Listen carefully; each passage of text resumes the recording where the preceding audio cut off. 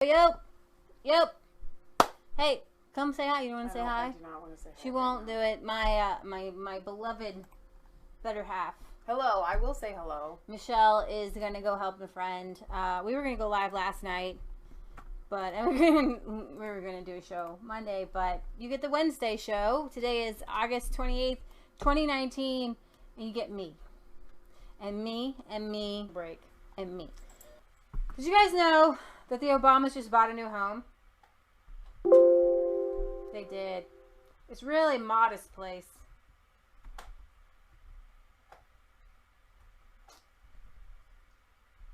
Really, it's kind of small. Out and got some acreage.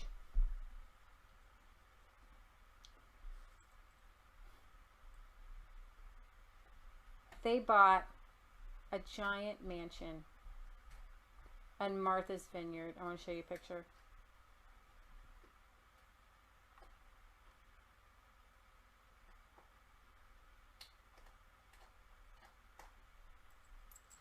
See,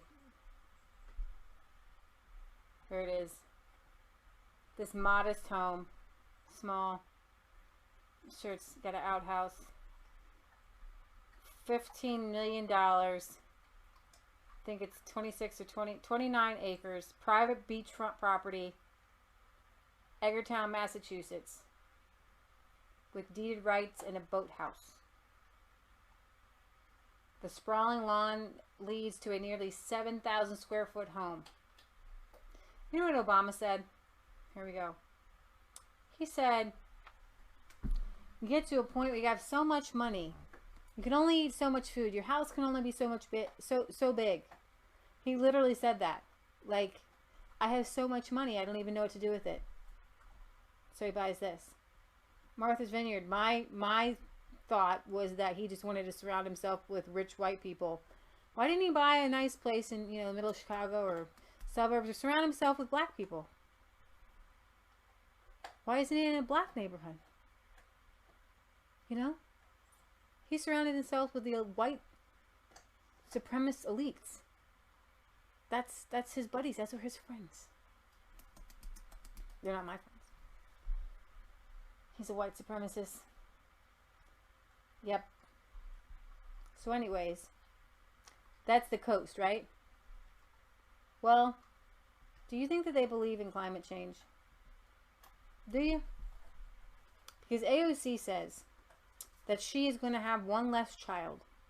Because the world is literally going to be going to, we're going to have all kinds of crazy things happen, including all the coasts flooded. So do you think the Obamas really believe her to spend $15 million on a coastal property? No, they don't believe a lick of it, Jack. They don't believe one iota of this stuff. They don't believe it. They don't believe it. They don't believe it. Al Gore doesn't believe this stuff.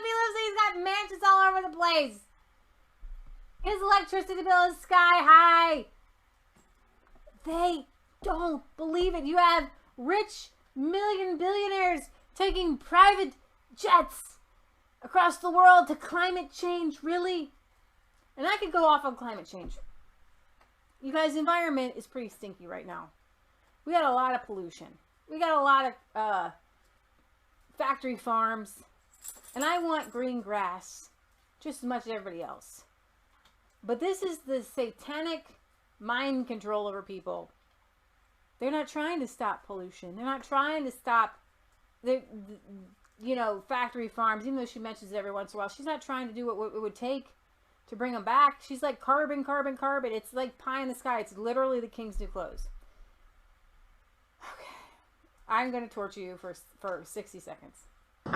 You think overhauling our economy to decarbonize and save the planet is going to be expensive? Try not decarbonizing our economy and allowing sea levels to rise, every coastal city to go underwater, every Midwestern city or large swaths of the middle of the country experiencing drought on a level that we have not seen. That's going to be way more expensive. You think artificially having to create our food supply because the earth and the earth no longer can sustain growing foods naturally, or the sun is scorching the earth so much that we can't grow the foods that we used to be able to grow, that's going to be a lot more expensive.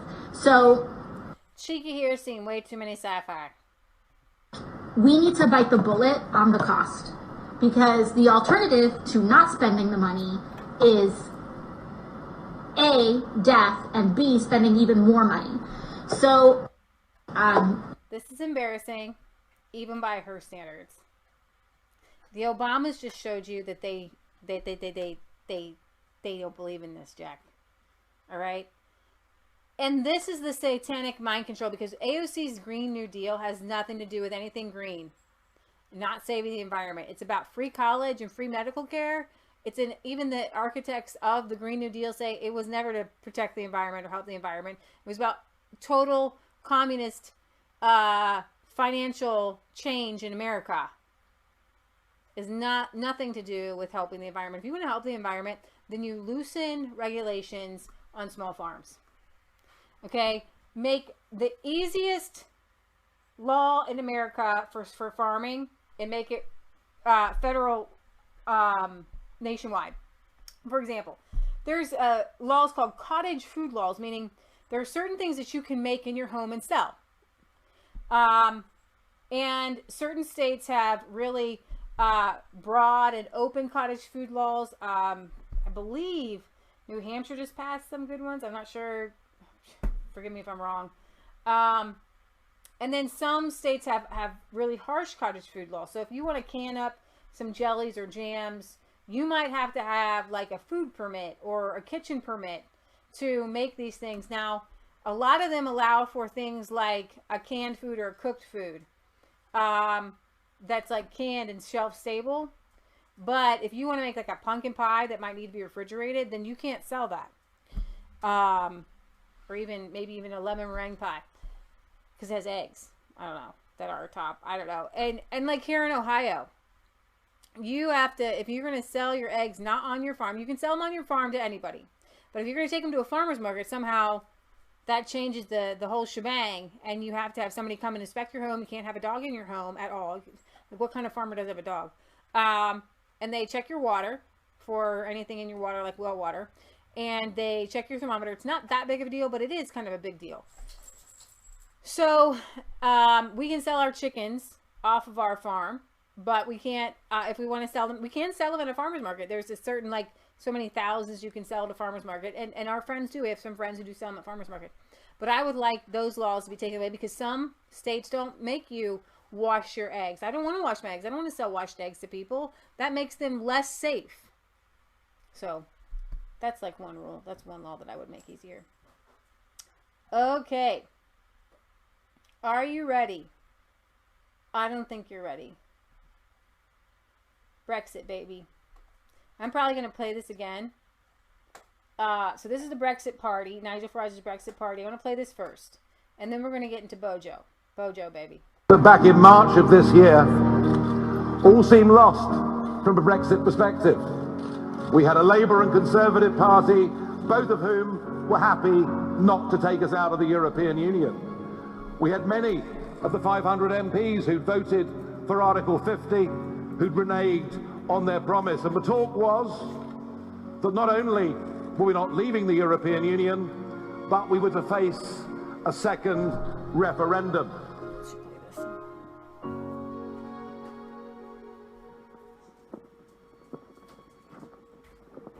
And I felt that something absolutely fundamental had broken. Trust in politics, trust in our entire political system, and that is why I founded the Brexit Party, to restore that faith.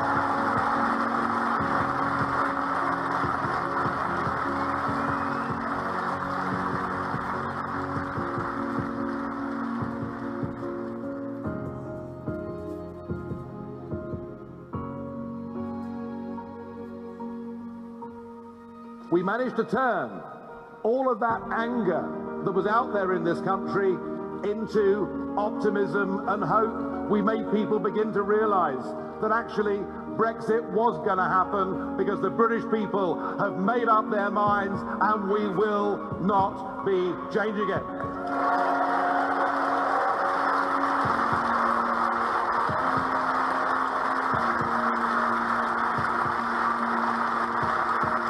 It is a pretty extraordinary achievement for a party of 19 weeks standing that we have over 500 of you in this room today who have been through vetting and will be candidates for us, prospective parliamentary candidates for us at the next general election. It is an extraordinary achievement. Our team have done well. We've spent the summer preparing for this moment and we are ready. Are you ready? Are you ready? Are you sure you're ready?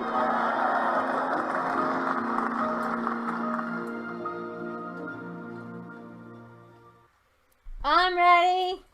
I'm so excited. Okay, so here we have.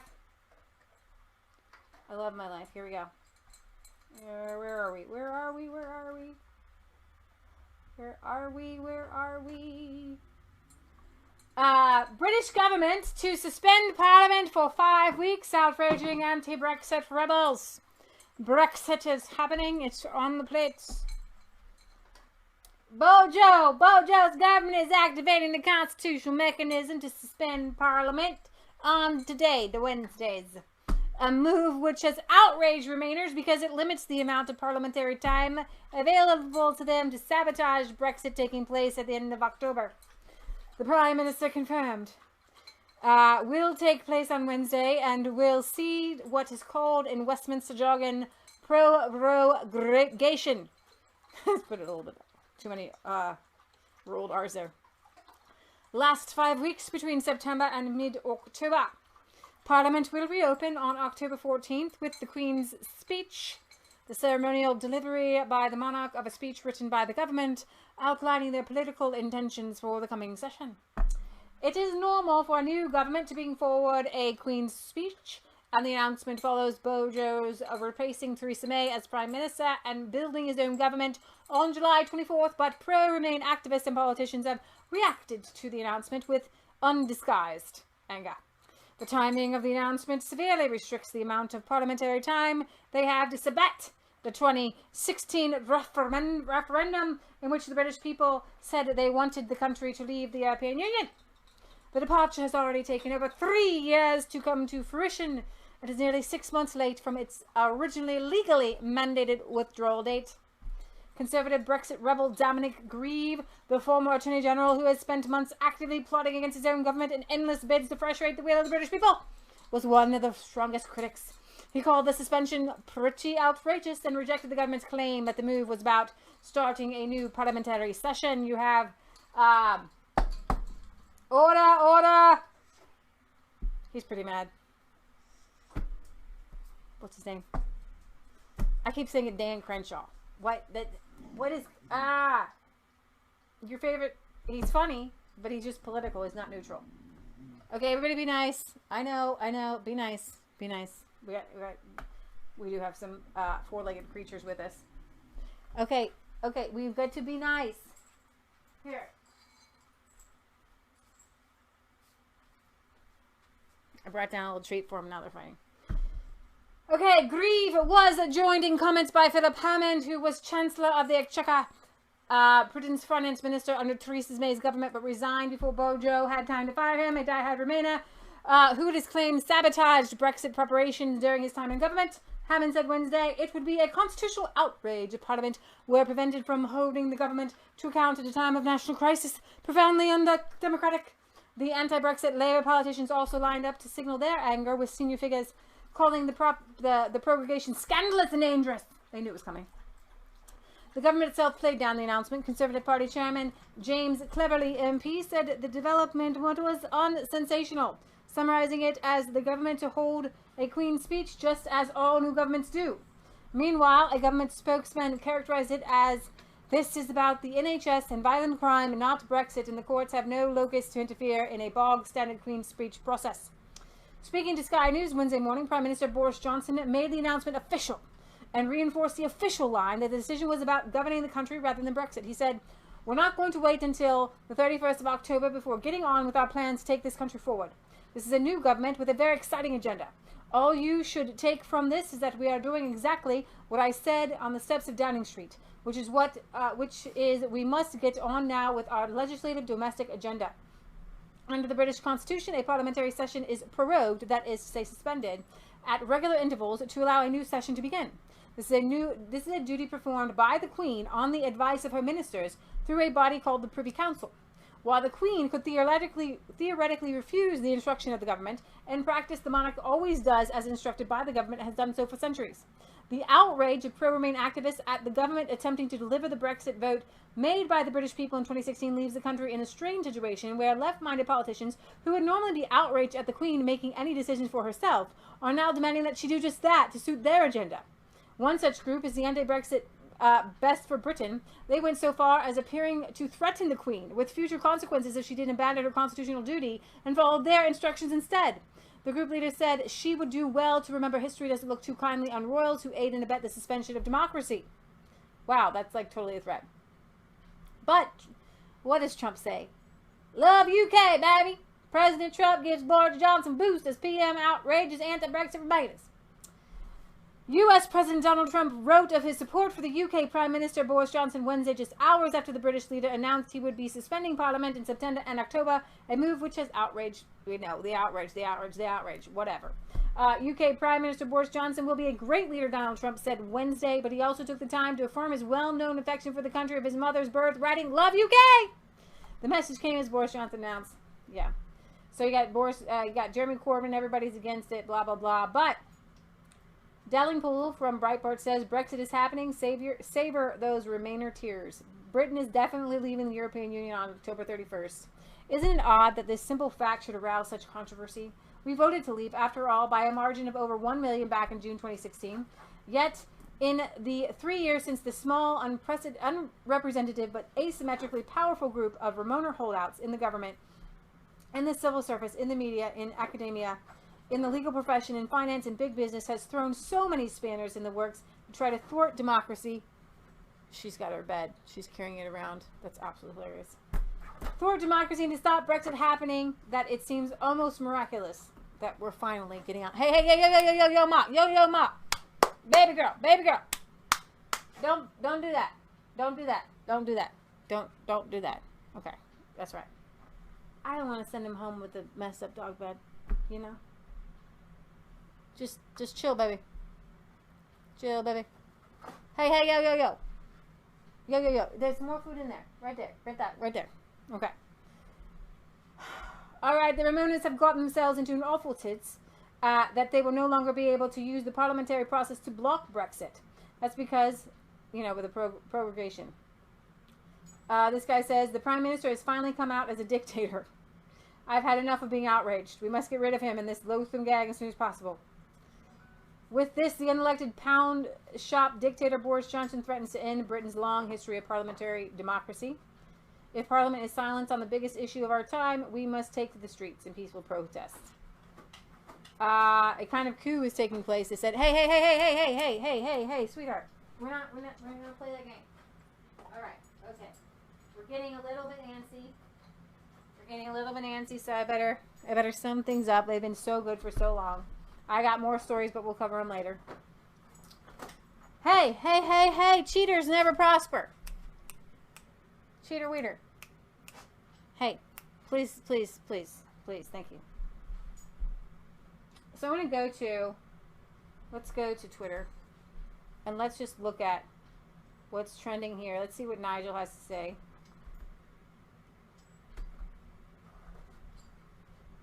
Let's see what Nigel has to say about this.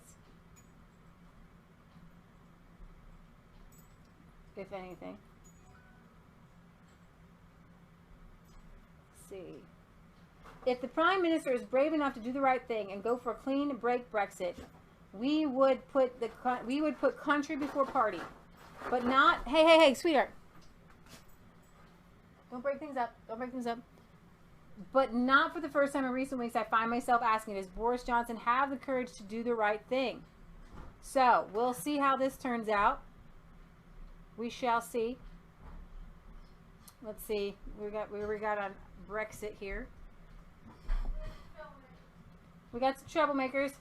No hint of irony. Defend democracy. Block Brexit.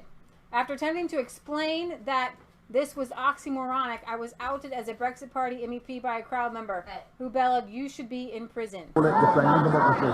Sums it up. John Buckout. There it is. Defend democracy by stopping Brexit. She's just scratching. I think she thinks there's... Oh, you want to play? Here, Mom. You want to play? Yes, you want to play. I wet my bit. Interesting concept, isn't it? Ignore the will of the people and call it defending democracy. Ignore the will of the people. Queen grants request to suspend Parliament as Brexit deadline nears. So yeah, you have some Ramoners, but this is a good day for Brexit. It really is. So we're going to cover more of this on Sunday, and I'm going to sign off here, and hopefully Michelle will be back with us Friday at 6. Remember, guys, it's not just a conspiracy theory if it's the truth. I hope you enjoyed the show with me tonight. I did. I had to get a lot of stuff off my chest, going without talking to you guys for a while, driving everybody around here crazy.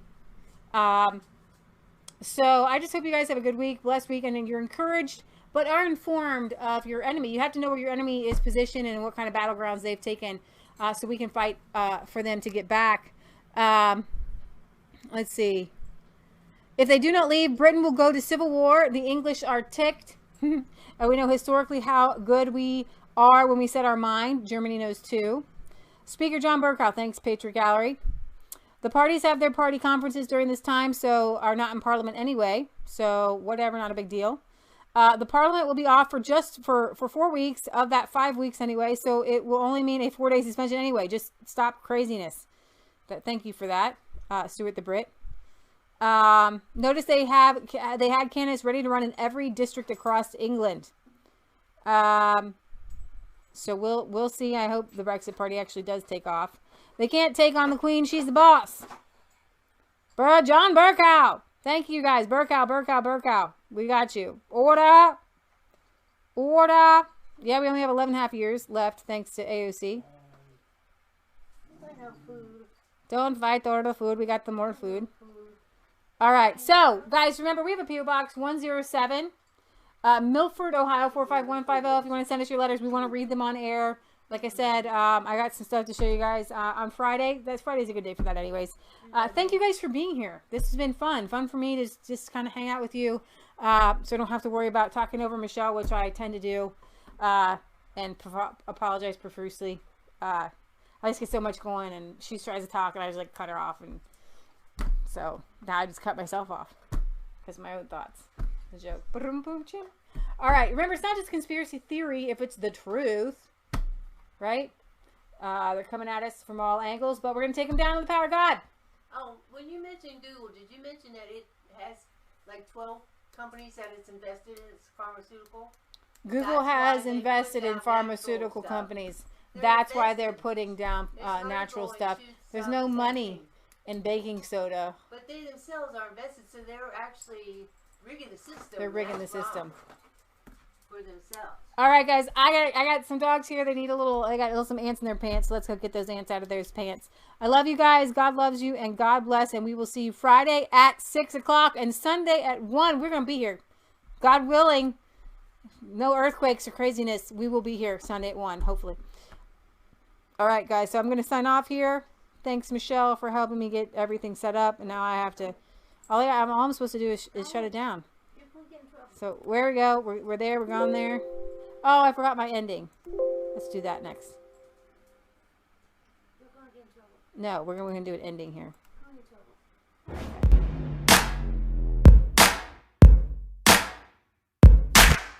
I was cold all alone. Your